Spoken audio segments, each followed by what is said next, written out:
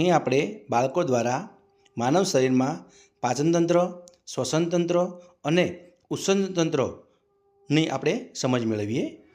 અહીં આપણે માનવ શરીરની રચના સમજીએ. માનવ શરીરમાં પહેલું સ્તર ચામડીનું હોય છે. માનવ શરીરના અંદર બીજું સ્તર રુધિરવાહિનીઓનું હોય છે. તેમાં શિરા અને ધમની આવેલી હોય છે.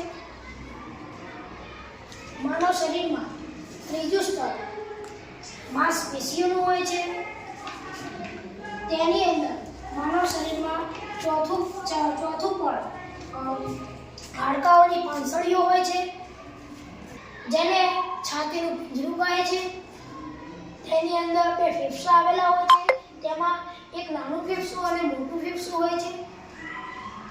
તેની અંદર શ્વાસ વાહિનીઓ હોય છે, જેમાંથી શ્વાસ લઈને કાર્બન ડાયોક્સાઇડ વાહિની દ્વારા શ્વાસ લેવાય છે.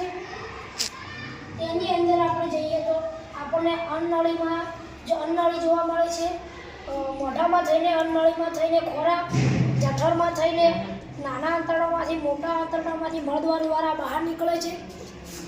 તેની અંદર કરોડરજ્જુ આવેલો હોય છે. કરોડરજ્જુની જમણી છાતીની ડાબી બાજુ આપણને આપણું હૃદય જોવા મળે છે.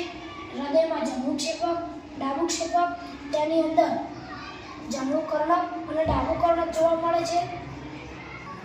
એમ હૃદયની અંદર 4 ખંડો આવેલા હોય છે.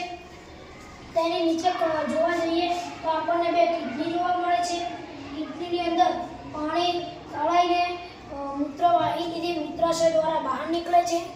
ત્યાં આપણા નિતંબ મેખલા આવેલા હોય છે. ત્યાંથી સૌથી ઉપર જોઈએ તો આપણને માનવ શરીરમાં સૌથી ઉપરનો ભાગ કપાલ અસ્થિનો હોય છે. ત્યાં તેની નીચે નાસાસ્થિ, અનુ અને અધોહનુ જોવા મળે છે. તેની અંદર નાનું મગજ અને મોટું મગજ જોવા મળે છે. ત્યાંથી નાના મગજથી કરોડરજ્જુ જોઈન્ટ હોય છે. ત્યાંથી આપણને કરોડરજ્જુથી કફાના ભાગમાં અક્ષક જોવા મળે છે. એમ આપણા માનવ શરીરની રચના કરેલી હોય છે.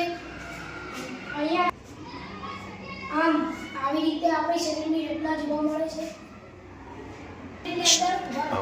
આપણા માનવ શરીરના અંદર આવી રીતે હાડકાની રચના કરેલી હોય છે. આપણા શરીરમાં જેમ કે હાડકાઓની સંખ્યા 206 હોય છે અને આપણા સ્નાયુઓ 600 થી